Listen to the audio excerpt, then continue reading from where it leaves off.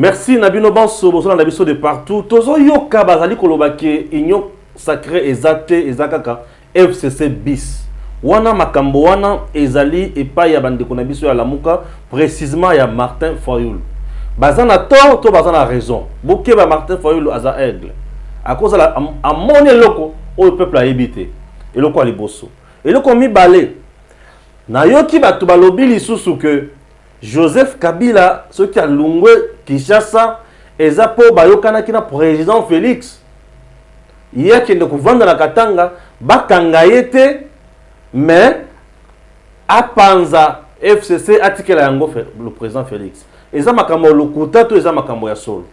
Démission il y a Alexis Tambo Mwamba. A bangi prison to a commis un homme d'état to a boyi soni mukolo ya vendredi oyo. Bandeko Balandi. Na banzi tozo bela makambo wana na Gustave Lutumba moko yabayi UTPS.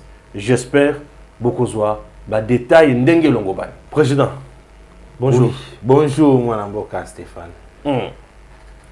Donc bino boko sibiso bomuni biso bana mikie. Toko sina likambulene. Joseph Kabila bandia bobeti cop na bino Nzambe. Bobeti cop Joseph Kabila akende Katanga bolobi soki ovandi aba ko kanga yo kende espace Katanga kena na Kolwezi na Lubumbashi kuna akie ko batama na Zamba boya mesana ko vanda na Zamba atike bino majorité bo panzi yango na Assemblée nationale bo sali majorité FCC bis yango boche kaka FCC bonga na ye bonso mwana mboka Stéphane na yebi te lokuta ya makasi na yebi te soki maloba wana batu mutu bayebi so yango to yo Martin Fayulu batu ya Martin ya décidé na yeba ki yo okokaki jamais kokanisa bongo omenika tango bandi koloba nde eloko etinga na tuna motuna wana motuna ne bimela kaka baloba wana bimela kaka epa ya Martin Fayulu na Prince Penge na o mususu babengana ka epa MLP wana o secrétaire général impoli wana wa liaka mbongo président na ye na kati ya boloko la liaka mbongo o nani mangengele soki makelele voilà bango wana kaka nde omonaka bango soki baleki na télévision c'est Kabila qui dirige bon voilà c'est Kabila qui dirige moi mais c'est Martin Fayulu c'est Kabila qui dirige si c'est Kabila qui dirige après c'est mbongo afuta ba travailleurs nyonso ya zana bango ba nyongwana ko futa te incapable de refuta ba nyonso o ba sala na Faden House so ko bani Prince Epenga leki na télévision to na YouTube c'est Kabila qui dirige au moins de comme sur le bien dans la secrétaire général il y a MLP via Bengana Kawana c'est Kabila qui dirige mais tout le monde a compris que ce n'est pas Kabila qui dirige et c'est ce qui a fait même on a ba député na ba sénateur ils ont compris ils ont dit non ce n'est plus l'époque de Kabila et ce n'est pas Kabila qui nous a appris la politique. Moi, je comprends aujourd'hui que Martin Fayulu a fait la politique ensemble, donc, je dirais, à la même époque que Joseph Kabila. Donc, Martin Fayulu, le rôle homme politique. On peut incarner lutte et Etienne Tshisekedi. Non, incarner Etienne Tshisekedi. Martin Fayulu, en quoi? Il reste percutant, il est toujours là. Il n'incarne pas la lutte Etienne Tshisekedi. Tshisekedi ne faisait pas la politique de la haine, attention. Tshisekedi n'était pas tribal. En aucune fois Tshisekedi a fustigé certaines tribus. Tshisekedi était un rassembleur, un vrai Congolais qui aimait tout le monde. Et Tshisekedi avait accepté même pas que na dialogue de mettre de côté tout ce que lui avait comme préoccupation, tout ce que lui avait comme avantage. Atia ngum parler bon ça va nandemi nangana babenga ngata mutu salité na minito na ke no sanganga na batu wana salité to évoluer na ba onde mona biso tu aux accords il y a Saint-Sylvestre où est ça que non Tshisekedi akufa kutu na kokufa. Vous comprenez? Ben commettre la biso ma solo à Martin Fayulu. C'est lui qui vous dit que c'est la continuité à FCC Cash. C'est lui qui voit peut-être la continuité à FCC Cash. Il confond peut-être les individus et la plateforme. Aujourd'hui, on ne peut plus jamais parler de cette plateforme-là FCC. Parce que le FCC s'est vidé. Na subsistance na yango eza les sous-souterrains. Non, na lobby Atikité a sali pe pasteur. Il a compris que ngongo toza na yango eza ngonga ya Félix Antoine Tshisekedi malgré na koyi kulukana sala nyonso ekosimba te. Et ce sont ces gens ici parmi certains députés, parmi certains classiques, et ça bateau bandai kolia Joseph Kabila mbongo pona oko sakae. Et Kabila tali que non c'est ma vie qui risque d'être en danger. Et le ko langa na sina sala ki mandat na ngai na sirisi ba mandat na ngai, je laisse Félix Antoine Tshisekedi calmement faire son travail. Vous voyez? Et aujourd'hui, ce que Martin Fayulu a dit, c'est la continuité. Il y a Joseph Kabila, Félix Antoine Tshisekedi. Mission ça Martin Fayulu. Et Zali a côté na mitu ya batukeno, Joseph Kabila existe toujours. C'est ça la mission on va payer ça. C'est la raison où on a Martin Fayulu, Jean-Pierre Bemba Moïse Katumbi. Il avait touché dans l'argent du RCC. Il n'a pas droit à Kobengana Bembana Katumbi parce que lui ne pèse pas, il n'a rien. Au contraire, il a profité. Et nous avons une réalité de l'eau. Martin Fayulu avait profité na vent, il y a la mouka pour afin de se décider. Mais na kata décidé on a n'engagé pas na bateau ba outi na la mouka et plutôt na et pas nani Moïse Katumbi ou ba pas Jean-Pierre Bemba. O ba outa na mo parti politique soit na kata la mouka. Tous ces gens là vont regagner leur parti politique. Kalami était basé dans la parti politique na bango. Et comment on a décidé rotika la tralala parce que mbongo bandai ko implanter les na ngone za mbongo bandai ko outa et pas Moïse Katumbi na mbongo bandai ko outa et pas Joseph Kabila. Maintenant que Joseph Kabila a déjà cuit. Il n'est plus na ba force oyazaki na yango liboso. Batu nyonso babimi na kati ya boîte wana FCC. To yebisi na Martin Fayulu ko kasonité. Sala bloc na batu ya PPRD bo sala opposition. Na opposition abino lokola Joseph Kabila na zana mo ba député na ebele. Abima porte-parole de l'opposition. Joseph Kabila ma porte-parole de l'opposition parce que Martin Fayulu d'ailleurs n'a pas de député. Et moi, mon corps, bandai ko diembela na simane na cadre dynamique. C'est la conscience. Corruption, na yebi saka yo, mon frère. Tant mon chef de l'État bandi ko beta ma solo, il y a ma consultation. Opposant à mutuna a. Est-ce que ça débauchage té, même ça ça débauchage té. Le seul, je dirais, le premier intervenant.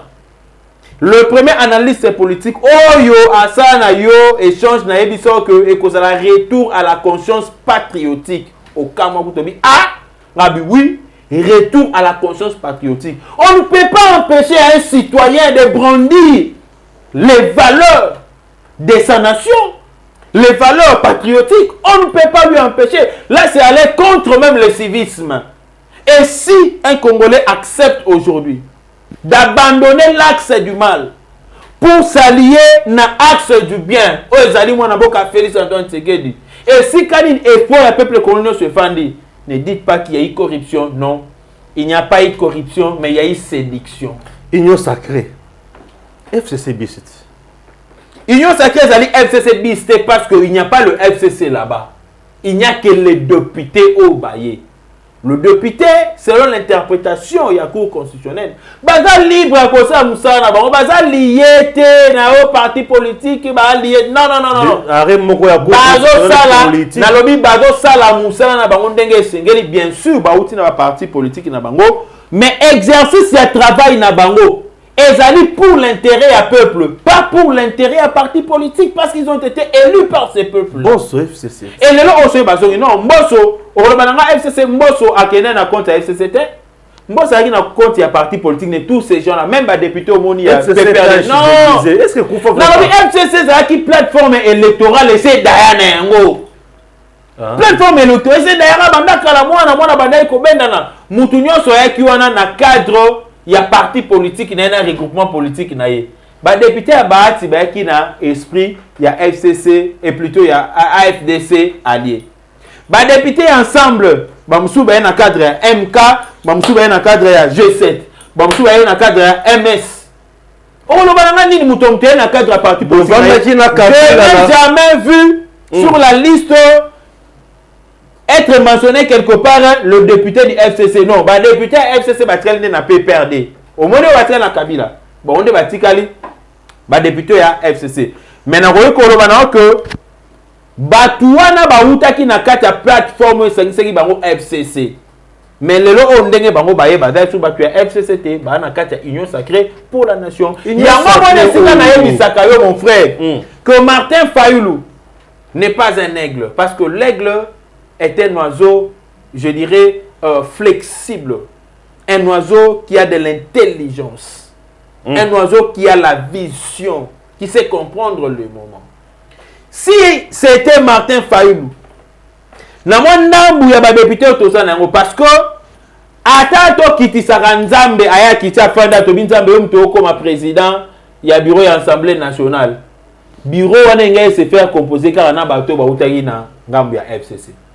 Parce que ce sont eux qui ont eu plus de députés. À moins que toi le terme est là quoi, voilà. À moins que toi dissoudre le Parlement, tu aurais fait une nouvelle élection, tu arraché la nouvelle majorité parlementaire. Seulement sur ce même principe ici, même si c'est Jésus-Christ qui devenait président à l'Assemblée nationale, il allait toujours le devenir ensemble avec les députés, il y a FCC. Parce que Bango Baza est Bélon en 4. Donc c'est vraiment irréversible. Et tant que Martin Fayulu a dit que l'Union sacrée Zali FCC cash bis. Pour naïe, ali ngolo ba na sens nini que ba député o ba uti na FCC lokola ba yé na katu ya Union sacrée bazara ba ya FCC. Non, Martin Fayulu tala sima zonga moto. Avant ba tona ba composer FCC, ils étaient dans leur parti politique. C'est comme aujourd'hui, on est dans l'Union sacrée, c'est une idéologie, c'est une vision d'un chef de l'État, mais chacun a son appartenance politique, partisane. Chacun son parti politique. Ne me dis pas que non, comme on est dans l'Union sacrée, IDPS c'est l'ORI, maman IDPS, et comme FCC. Non! L'UDPS a une idéologie dans l'IDPS.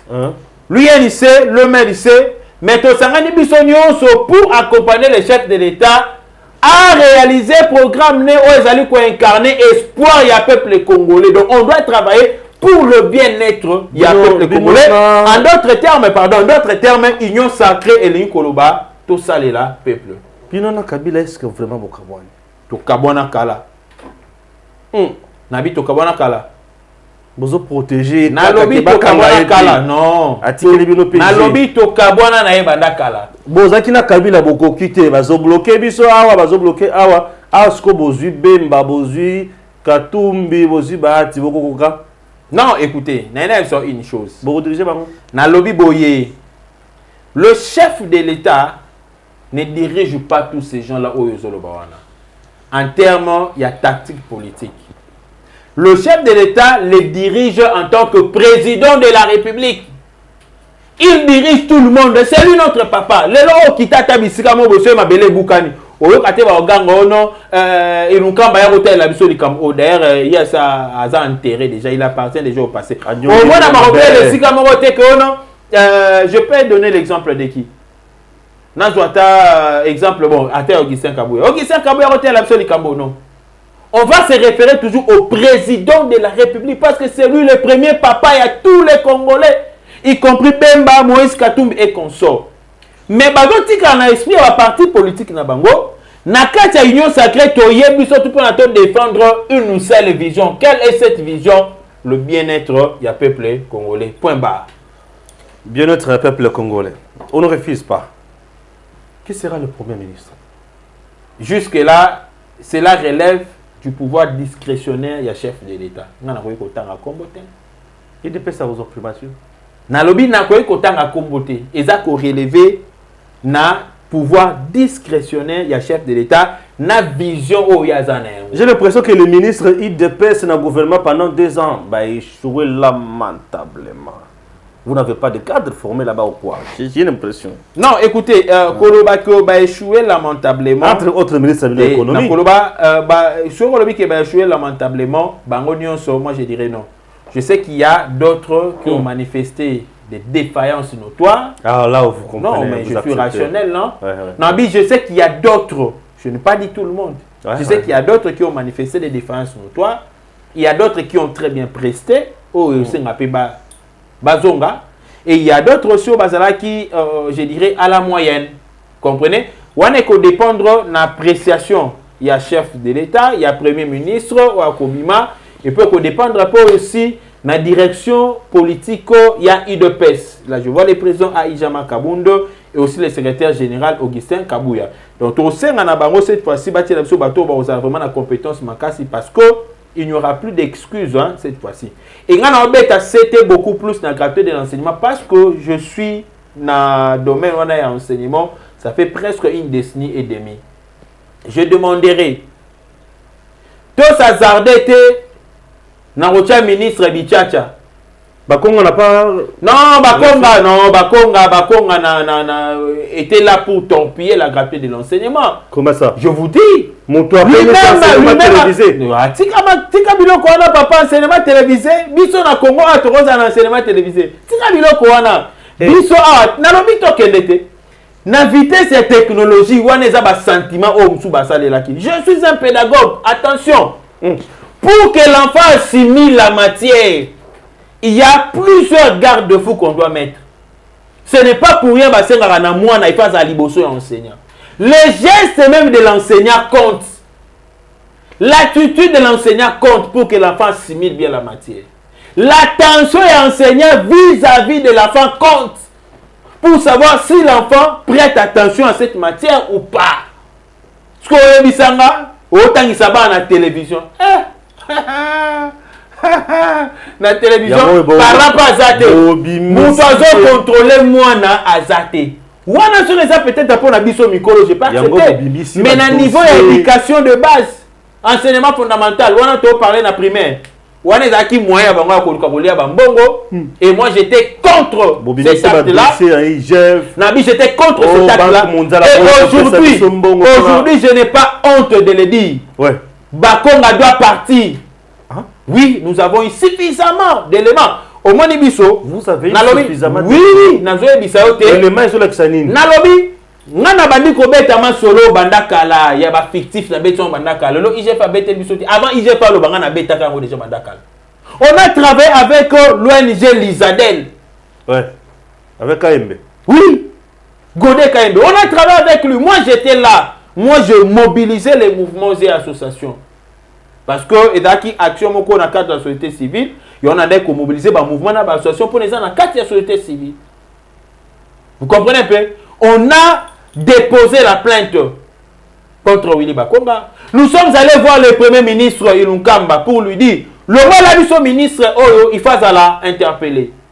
To sengati na IGF, l'ande la biso bateau, SECOP, secrétariat, le lo o batona bakanga mieze sengote et sengopo na biso et ngana zolo bengo. Après avoir je dirais investigué na le deux ministres là, ministre Bakonga na vice na Bidimbo. Bidimbo mutuna binoti. Na lobby après avoir investigué parce que ngana ko la tsoba vidéo na bêta na lobata pona ye. Vous comprenez un peu? C'est bon. Ça dit to télémela biso to la bon ce marambesi ma tête au télémela. Mais après avoir mené les investigations, nous avons compris que ce n'était pas lui qui était dans la sauce. Et Ngaï Siko na Sengaboui, là je demande au président de la République, pour sauver la gratuité de l'enseignement, le quoi Willy Bakonga Zolo Mazo Kende, il faut, je dis bien il faut, je pèse bien mes mots, c'est une condition.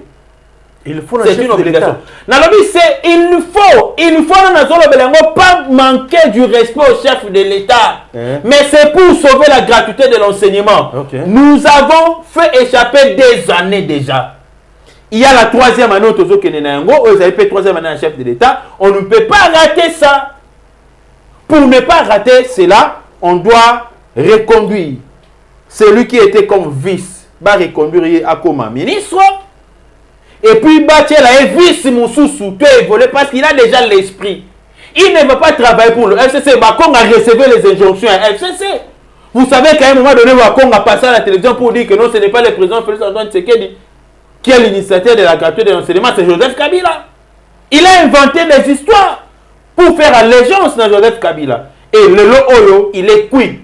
Combien déjà Oya nommé dans Katia FCC, dans Katia PPRD? Oh, bah ça n'a pas enseigné, mais il bénéficie de l'argent. Donc je vous dis, pour sauver la gratuité de l'enseignement, on doit reconduire Didier Bidimbo. Je parle en tant qu'enseignant, ça n'engage que moi. Oh, parent est allié. Oh, je dirais un mécanicien, un politicien est allié. Moi, je parle en tant qu'un enseignant.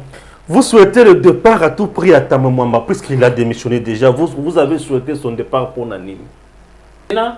Parce qu'il est arrogant, parce qu'il n'avait pas d'égard envers ses collègues sénateurs. yango ba bengani. Est-ce que biso UDPS toi na combien de sénateurs na kati ya Sénat kuna? Bino boliala. Na combien de sénateurs? Voilà, c'est pour te dire que non. Bateau balongoli Alexis Tambouamba, ce ne sont pas l'UDPS. Ce ne sont pas les sénateurs de l'UDPS. Mais ce sont plutôt ses collègues sénateurs. Babayeye, balembi pe komona ping pong na kati ya scène. Yaya. Tout le monde malema. Et qui peut ça boliala. Bah député, c'est là non, tu es malema ko yaya. L'Assemblée provinciale à Kinshasa. Moi, je suis à peu près 12 députés provinciaux. Tewana, c'est déjà le passé. Non. C'est le passé parce que, Nalobi, c'est le passé. Gustave. Nalobi, c'est le passé dans le sens que. C'est le passé dans le sens qu'on n'a plus, on n'a pas de sénateurs. Député provinciaux, un bon service. Nous savons qu'il n'avait pas très bien respecté les consignes. Il n'avait pas aidé le parti à avoir de sénateurs. Vous voyez un peu? Balia Bambongo. Très bien. Balia Bambongo te. Etalika Bango. Mais biso aussi tozo ba vraie leçon. Yango moni tozo lo bako na 2023. On ne va pas sélectionner n'importe qui. En 2023, on ne va pas aussi voter n'importe qui. Retenez ça. Et en 2023, il va que non Gustave Lutumba Ozala. Gustave Lutumba Ozala, le vrai jeune sénateur. Gustave Lutumba Ozala, donc Ozala, le plus jeune plutôt sénateur, Ozala le plus jeune député national et le plus jeune député provincial. Non, on a partout. On a une nomination. C'est une élection parce que ceux qui tiennent à Tchangou, on a fief à Gustave Lutumba, bon, il y a on a un petit fier à la province. Nalinga Kobeta trop ma solo ya la province. Non, j'aimerais savoir. Gustave Lutumba azala congolais. Na congolais. On a rwandais. Elongi ba rwandais. O moni batebe ba cha makele lwana elongi na bande za ba rwandais. Munu to atala elongi mo mystique. Utali elongi ba rwandais. Ngaso otalinga elongi na ngana emu na esanet malgo za mwindo ngana mo teint clair. Mo senti no esanet mo kokana. Otalinga na bande ona net ndiko na ngana sima caméra. Lambende. Na bido abi mapenda lokola mwana mama leki na biso. Vous comprenez? Mais toi, on a famille, c'est ça les Congolais. Les vrais Congolais, mais sur le Taliban Congolais par cooptation. Hôtel Longine, vous écoutez dans Rwanda, vous écoutez dans Burundi. Avant tout, le Makambo justice. Pour la justice, procès à Caméra en appel le 15 février. Oui. Il va dire des vérités à telle époque. Papa.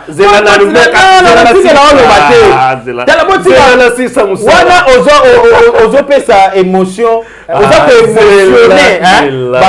Téléspectateurs, je vous dis. Merci. Vérité, ça l'a raté. C'est la boîte à Pandore. Boîte à Pandore, tout le monde a CD. Et comment a CD? Boîte à Pandore et bien la CD. Nasuka Masolo, non. On voulait me mettre en conflit avec les chefs de l'État. Ils ne veulent pas les chefs de l'État. Ils veulent saper les choses qu'a fait le chef de l'État. Patati patata. Alors, on va rentrer Nasuka. Vérité aux alatés, et ça procédure normale. À Kendaki en appel. À qui en appel, c'est une procédure normale. Nous n'avons rien à craindre, papa. Nous n'avons rien à craindre. Et puis le reconnaît Robima, exacté. Et selon les informations à ma possession, il y a que Kamere biloko belé ezaki ya lokuta pour la maison pour fabriquer biloko tout wana ezanango bambongo belé boko cela ezate ezile nyembo ezauti ko nomé yawa a signé mesures conservatoires oyo Kamera signaka pour lequel ba condamné baloba na eke osidaki yango pour na nini pe makanisa ki nini ah bino bo signé yango na gile nyembo za muto yi depes bo signé sous. Non, écoutez. Vous aviez tout simplement mis en place moins de loco pour conclure Kamera. Est-ce que le problème il y a qu'au signer?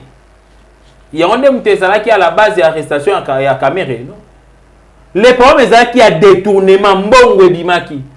Consigner n'a pas de problème. Mbongo Bima n'a pas de problème, mais l'exécution, l'exécution, il y a Mbongo Wana, chaîne de dépenses, est-ce que ça a été respecté?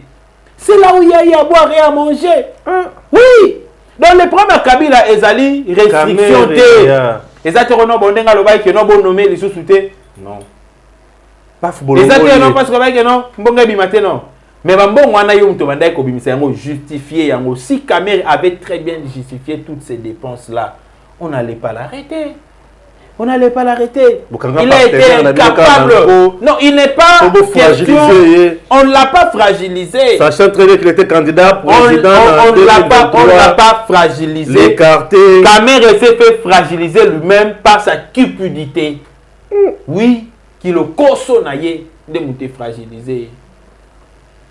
Encore au bas là-bas, c'est à Pembe. Problème. Moi, ça fait ma saline. T'es nabi au bas là-bas, c'est à Pembe. Problème. Yo, ça là, moi, c'est à Pembe. Nani la même indéo ana simana la moi ça pembe. Si moi ça pembe aussi. Ingénieur na mona ba ata na ba ça pembe belé. Sur comment moi ça pembe ah tu vois. Te na lobby kaka. Ko ba moi ça pembe problème tout na bango ba biso nde ba nyoko na moi ça pembe ou tu vois pe dakisa. Ba te ka kata ma papa mo na te ki ma papa bo pour na moi ça pembe.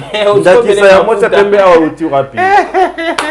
Et ça makambu. Donc na lobaka que Vital Kamerhe Yemoko Moutou a salagi bakangaye parce qu'il a été incapable de démontrer que lui Azaki n'a même mis na kata bambo wana. Au contraire ba signature union sambo. Ba dépense. Abimiso apeso 1,5 million kende na ngo abimiso apeso 1,8 million kende na ngo. Bambo mso ba komiko kendo zombo ebimi na la présidence ba ko kuzongo na résidence soki na village soki wapi. Beaucoup mal andala biloko mida batu. Bisoté, c'est la justice. Non, c'est la justice, c'est ça, bisoté. Ce qu'on y a quoi l'État. L'État va saisir, c'est là. Mais dans moi, c'est qui toque, moi, c'est un problème. Moi, si, mon qui toque, ma casse, c'est vraiment amida. Toi, on a bassi, hein, dans Kata Congo. Bassi. Moi, c'est qui toque. Moi, c'est qui toque. C'est lui qui trouve une bonne femme. Trouve les bonheurs dans la Bible. Mais toi, on a bassi qui toque. Bassi, on s'est dit, bassi, t'es. Baka bana basi me baba cité.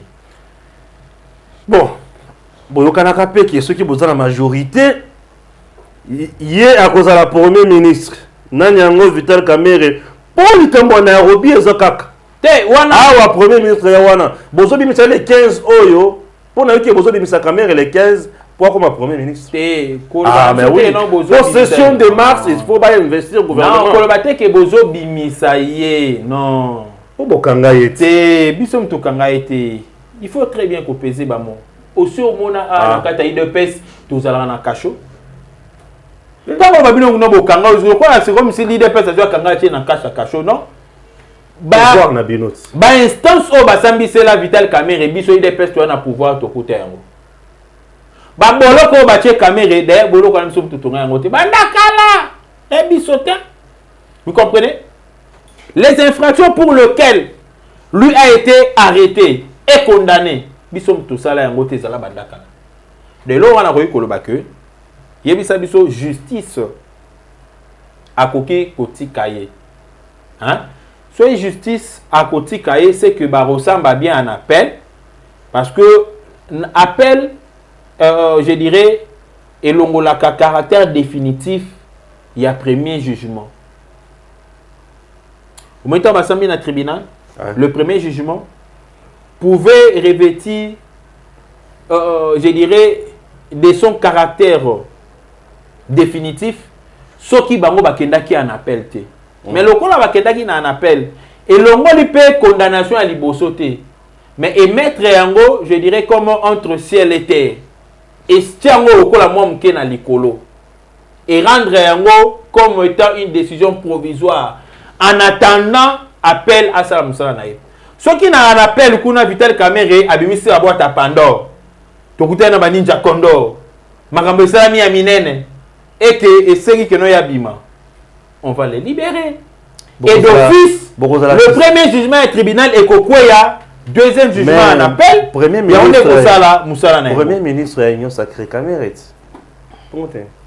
Bon, là, je ne sais pas. On dépend d'un pouvoir discrétionnaire, il y a chef de l'État. Mais avant Kamerhe, tout pensait qu'il y a la première ministre, il faut que nous Vous avez quitté déjà les. T'es bisoté, n'a dit que tu beau. na omata ngolo babona bato baolanda biso ezema lokola de biso mutu to osambisa Vital Kamerhe te biso osambisa Vital Kamerhe te justice mutu esambisa Vital Kamerhe justice mutu ekatela etumbu il a été incapable awangani Jamal bawangani na Jamal bawanganani mena suka ya masolo bandima nani bakota nani pe na kati ya boloko bazotalanaka. Merci, vous avez compris qu'il s'appelle Gustave Lutumba. Gustave Lutumba, mon cadre dans la IDPS. C'était pour nous un réel plaisir. Il y a Koyambaye, pas un abisso, pour être tout sur la haie, ma matali politique, Yamboka, pour être tout long un peu malentendu, manou belé, les aboyés, le roi Lokuta, le FCC cache, c'est là qu'on coufate, mais à l'objet qui est couffa déjà Kala. Alobi ke bakabwana déjà na Kabila kala alobi ke eza kopo ya Félix na Kabila te alobi lisusu ke bazana posa kutu ya kukanga Kamerhe te mais Kamerhe akangami pona aiba kimbongo maloba na yote wana maloba na ngai elanda mana télévision na inventant ote yo kutu soki procès alaka télévisé monde entier zolanda yo kutu soki balandeli malamu za mutu fuba kanga puisque loba oyemba osala diffamation na ancien chef d'État de la République démocratique du Congo Joseph Kabila.